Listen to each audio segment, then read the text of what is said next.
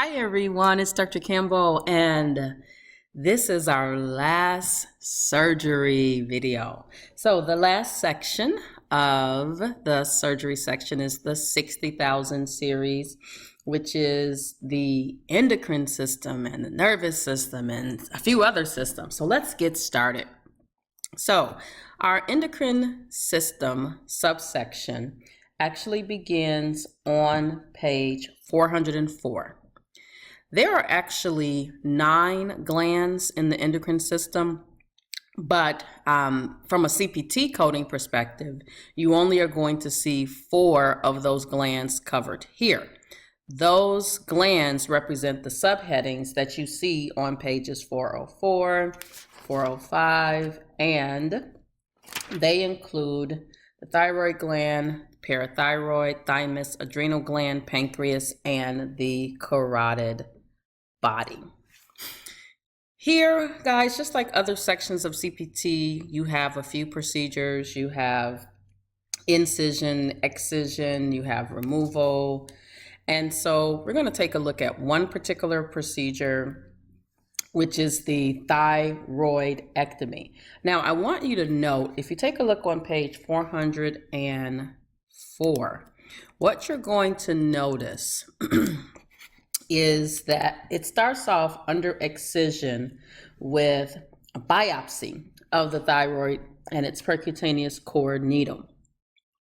There is also a parenthetical note that tells us that if imaging guidance is used, an additional code should be assigned, but also if this is a fine needle aspiration instead of a percutaneous needle aspiration, you don't want to use these codes. You want to use the codes in the integumentary general section. So with these codes that follow, and I want you to jump down to 60210. The descriptions are very tricky, so you have to pay attention. So 60210 focuses on a partial thyroid lobe. Notice it says lobectomy, and it's unilateral. Then 60220 is a total thyroid lobectomy. Then when you get to 60240, that's where you have your thyroidectomy codes, and you have 4 different families: 60240, 60252, 60260, and 60270. So you'll want to pay attention to those. And what you're going to find is, again, you're going to see the different variations. So you see so far that there is a partial, there is a total. Partial or subtotal is obviously something that means less than total. It removes the problem side of the gland. And then with the lobectomy, notice that there is a partial option as well. So pay close attention to those options to assist with correct code assignment. Next up, we're going to go over to page 409, which is our nervous system, code 61000 through 64999. And with this particular family of codes, you got a couple of things going on. So the organs that you're going to see here, of course, are in red on page 409. And those include skull, meninges and brain, spine and spinal cord, and then the extracranial nerves, peripheral nerves, and autonomic nervous system. In total, again, code 61000 through 64999. So let's take a look at procedures on the skull, meninges, and brain, which begin on page 412. So some categories that you're going to see here are injection, drainage, and aspiration. You also are going to see procedures like twist, drill, burr holes, trephine. As you've heard me say before, if you don't know what a word means, doesn't matter if it's an English word or a medical word, you have to look up that term so that you can assign the correct codes. I know it seems like a lot of work, but coding specialists are coding documentation that was written by individuals that have had, 10 or 15 years of schooling. And so if you are the coding specialist that's reading that information, you have to make sure that you understand the language of medicine. All right, so these procedures, what you're going to find as it relates to the first two categories, these procedures are trying to resolve conditions that require opening the brain. And in most cases, it's either to relieve pressure, insert a monitoring device, put some type of tubing in place, also to inject contrast material. Then immediately following that, also on page 412, you have craniectomy or craniotomy codes. And these procedures deal with an actual incision into the skull and sometimes a portion of the skull is actually removed in order to open the operative site for the surgeon to be able to view. So take a look at those codes because they do have a lot of different things going on. And remember, while you're learning CPT, this is the best time to go through and be familiar with the codes, the descriptions, as well as the parenthetical notes. Okay, next up, guys, on page 414, we have our skull base surgery. And the skull base surgery, or surgery of the skull base, the skull base, as you know, is the area at the base of the cranium. There are some subsection notes on page 414 that you want to review. And lesions that are removed from this particular area, the skull base, is actually a pretty complex procedure. And oftentimes you're going to find that there is more than one surgeon from different specialties that is working on this procedure during the same operative session. So what's critical is that you know exactly what your surgeon is doing as a part of this procedure. So on page 414, and you see reflected on page 415 and 416, there are three different portions of this procedure. So there is the approach procedure, and that is what is done to expose the lesion to the surgeon's naked eye. Then we have what's known as the definitive procedure, and that is what is done to actually treat the lesion. And then you have the repair and reconstruction section, and that is on page 416. And this is actually reported separately only if extensive repair is done. The approach procedure and the definitive procedure can be coded separately. I also want you to notice on page 415 that these codes under approach and definitive are divided based upon where on the skull base the procedure is done. So was the approach anterior or middle or posterior cranial fascia? Very, very important. All right, guys, on to something else. Next up, we have procedures for intracranial arteriovenous malformation. So this is on page 418.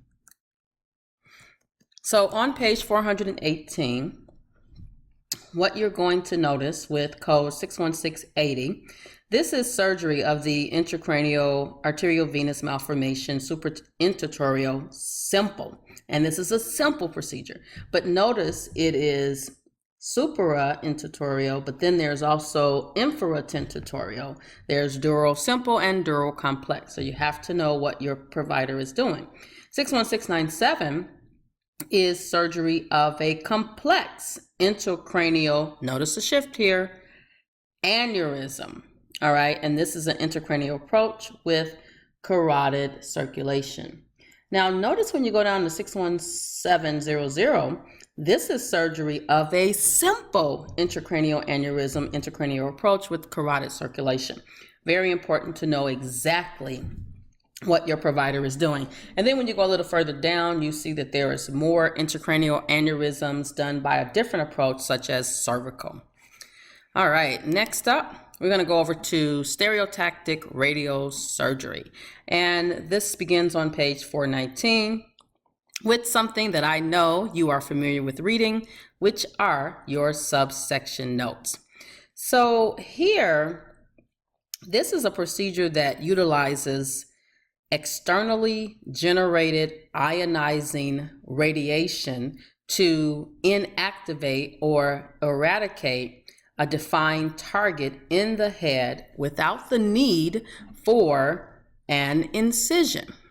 And so what you are seeing actually on page 419 is that once you get past the subsection notes, is that the codes are divided based on a couple of characteristics. 61796 is one simple cranial lesion, 61797 each additional cranial lesion. But then when you get over to page 420, you start to see some complex cranial lesions.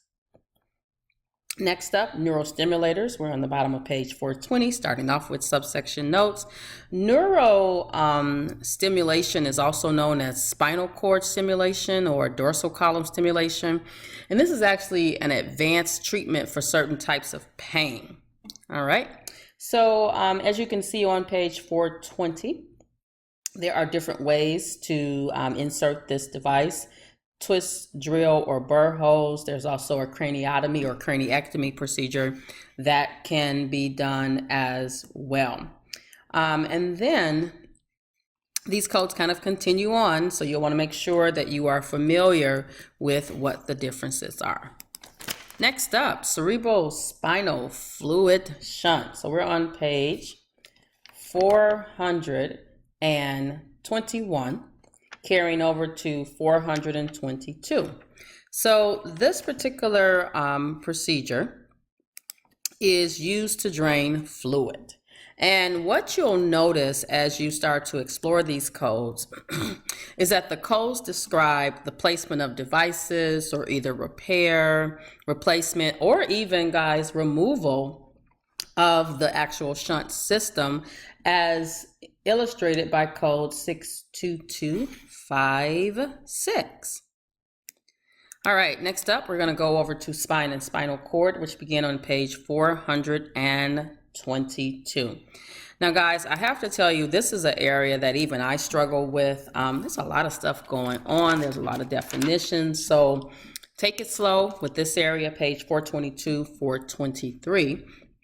And of course, I'm going to tell you, start off with those subsection notes. You knew I was going to say that, right? So with these procedures, a couple of things you should note. Injection of contrast material with fluoroscopic guidance and localization is actually an inclusive component of a fair amount of codes here. You'll notice that on page 422.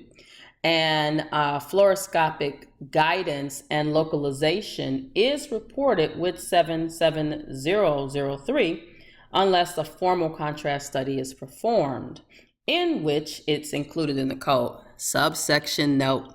Most of the services that are in this particular area are surgical unless otherwise noted. Some of the options include percutaneous, as noted in 62263, can also be endoscopic, indirect, and direct visualization. And guess what, guys? On page 423, under definitions, you are given the definitions of these types of procedures. The spinal injection codes are divided based upon specific anatomy. That's very, very important to note. So it could be subarachnoid or epidural. If you notice in code 62263, it mentions epidural. It can also be divided by different levels meaning cervical, thoracic, lumbar, sacral. And it's also divided here, guys, based upon the specific substance that was actually injected. So was it a neurolytic, an opioid, anesthetic, antispasmodic? Again, reading the guidelines, understanding the codes themselves is very important. Other things that you're going to see as differences here, time and complexity. So was it single versus continuous infusion, the different levels, the injections of different substances. Also, you want to watch out for unilateral versus bilateral. If you have multiple procedures performed, and they're in the same area, don't forget about your modifier 51. All right, next up, we're going to go over to, We're going to go over to our laminectomy procedures. And so here we're on page 427. So on page 427, you see, start off, guys, with some definitions. So a laminectomy is a surgical procedure that removes a portion of the vertebral bone, which is known as the lamina. The back muscles are pushed aside rather than cut, and the parts of the vertebra adjacent to the lamina are actually left intact. What you'll notice on page 427, after you read those definitions, that these codes are divided based upon the number of segments. And in a previous video, musculoskeletal, I talked about segments. Remember, cervical, thoracic, lumbar. So you'll notice that division if you look at code 63001. Then also you should notice that these codes are divided based upon if it is a laminotomy versus a laminectomy. So pay close attention to those specific details. All right, next up, we have introduction, injection of an anesthetic agent for a diagnostic or therapeutic purpose. And I think by now you guys know, and I'm on page 434. I think by now you guys know that there is a difference between a diagnostic procedure versus therapeutic. But I'll just tell you again, diagnostic is we're trying to diagnose, therapeutic, we're actually treating an issue. So here, starting with code 64400 through 64450, you have codes for what are known as a nerve block. Then at 64490 through 64495, those are on page 436, you have facet joint injections. And then when you go over to 64479 through 64484, you're going to see codes for epidural injections. And of course, guys, all of these are done for pain relief purposes. All right, next up, destruction by a neurolytic agent. That's on page 438. So, and I told you guys, this was not one of my favorite sections, this and cardiovascular, not my favorites. But when you're taking a national exam or you're learning about coding, you have to learn all of it. So on page 438, you see where we have codes for destruction by a neurolytic agent. I want you to notice the specific somatic nerves that are being destroyed and how these codes are divided. You have to pay close attention.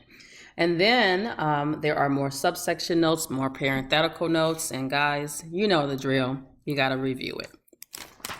Next up, we have our Neuro Plastic codes. Those are on page 440. And you know, neuro is nerve. This is a procedure that's very common, carpal tunnel syndrome. Patients usually need this procedure. And so I want you to notice on page 440 as well as page 441, these codes are divided by where the neuroplasty is taking place. So 64702, neuroplasty digital, and 64708, neuroplasty major peripheral nerve. So must have the correct procedure as well as the correct body site. All right. Also, guys, we have Neuro Raffi procedures, and those are on page 442. And so on page 442, what you'll want to note regarding the Neuro Raffi procedures, and you know Raffi means to suture, is where the suture is actually taking place. So for example, 64831 is a digital nerve in the hand or foot, whereas 64834, suture of one nerve, hand or foot, common sensory nerve. So we must know exactly where. All right, guys, next up, we're going to go over to eye and ocular adnexa, and this is on page 445. And these are codes 65091 through 68899. So on pages 445 and 446, in red, you see the major anatomical structures for this code set: eyeball, anterior and posterior segment, your ocular adnexa, and the conjunctiva. You'll also want to know, of course, in blue, the different body parts underneath that particular area, as well as the different types of procedures that are actually done, you know, whether they're removing something or it's a destruction or a repair. So we're going to start off, guys, with the removal of the eye, and we're going to look at a couple of things. I want you to notice some wording. So on page 447, I want you to take a look at code 65091, evisceration of ocular contents, which is divided into without implant, with implant. Evisceration is actually removal of the contents of the globe. Then you have 61501 through 103, which is a nucleation of the eye. Notice divided into without implant and with implant.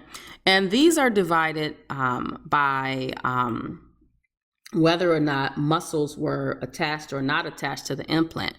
And nucleation is actually removal of the eye, leaving the orbital structures intact. Then, guys, we have 615110 and 615112, 65114. This is exenteration. Notice how they are divided. And exenteration is removal of the eye, adnexa, and the bony part of the orbit. All right, next up, we're going to go over to removal of foreign body, which is still on page 447. Guys, notice how it starts off with parenthetical notes. I think by now your eyeball should be trained to look for the parenthetical note. They're so very, very, very important. All right, so here, I want you to notice that we start with 65205, removal of the foreign body, external eye. For your first four codes, I want you to notice that they are indicating whether there is a slit lamp that is being utilized. A slit lamp is actually a microscope with a high intensity light source. And it actually focuses the long, narrow beam of light as a part of this procedure. And then I also want you to notice when you go down to 65235, that's removal of a foreign body, but notice it says intraocular instead of external eye. All right, next up, we're going to go over to the cornea on page 448. So we got a couple of things going on over here. We got some excisions. We got removal of destruction. If you go over to code 65710 to 65757, this is where you have your keratoplasty. And keratoplasty is actually repair of the cornea. Embedded in those codes, you have some terminology that you need to be familiar with, such as penetrating keratoplasty, which is full thickness removal of the cornea, which is then replaced with a donor cornea. You have in 6573050, you see the word aphakia, which is absence of the lens of the eye. And then you also see pseudophakia. And pseudophakia, as you know, pseudo means false. So pseudophakia is presence of an artificial lens after cataract surgery. All right. Next up, we're going to go over to iris, ciliary body. And these codes are on page 450. Notice that they are divided into incision, excision, repair, and destruction. So here you have a procedure known as an iridectomy. If you look at code 66600, which is different than an iridotomy, which is 66500. So iridectomy can be performed for a removal of a lesion, and that's what 66600 is.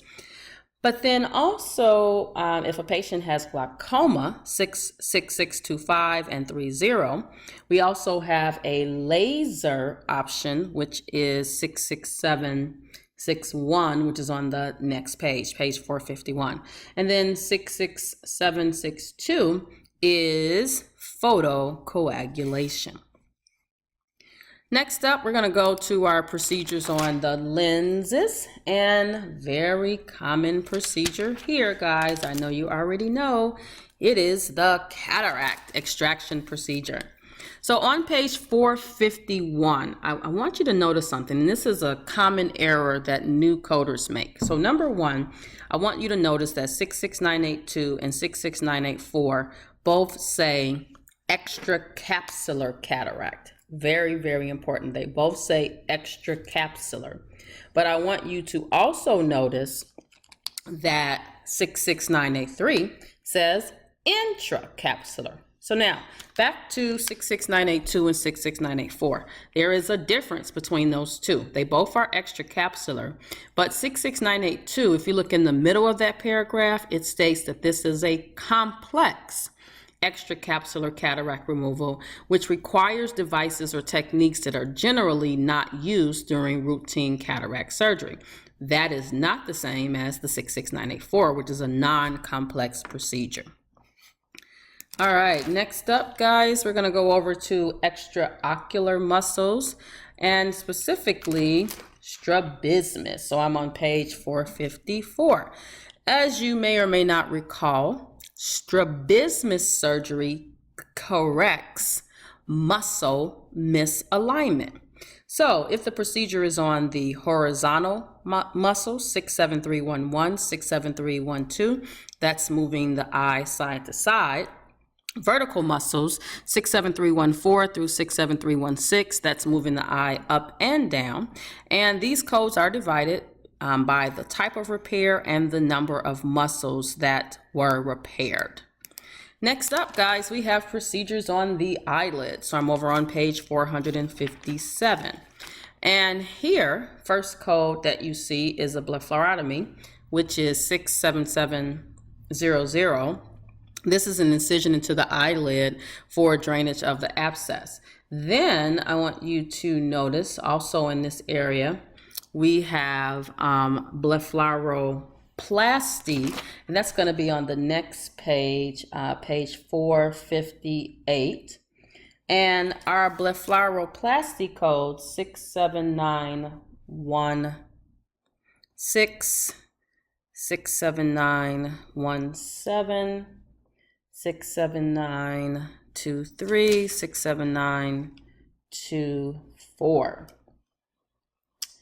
So also I should mention, there are blepharoplasty codes in the integumentary system. We saw those in our very first surgery video, and that's 15820 through 15823. All right, so what I want you to notice, take a look at this, guys. 67914 says repair of an ectropion, ECTRO. 67921 is repair of an entropion. So guys, it's important that you pay close attention to the wording of your procedures. All right, guys, we're almost at the end, and we're going to go over to the auditory system. The auditory system begins on page 463. And here we have code 69000 through 69979. And just like all the rest of our sections, our codes are divided by body part here, external ear, middle ear, inner ear, and temporal bone, middle fossa approach, as well as the operating microscope. Now, The other thing that I wanted you to note is that the codes themselves are, of course, divided based upon what they do. Speaking of what they do, let's go over to external ear on page 464. We have code 69000 through 69399. So first up, we have incision codes. I want you to notice this is an excision of a drainage of or abscess or a hematoma. They're divided into simple versus complicated. Also want you to notice, guys, 69020 is external auditory canal abscess, which is different than drainage of external ear versus auditory canal. Then when you go down to biopsy, you have, or when you go down to excision, you have biopsy codes. So if it's the external ear, 69100, external auditory canal, notice 69105. And then if they do an excision of the external ear, partial, simple, or complete amputation, 69110 and 69120. Next up, we have removal of foreign body.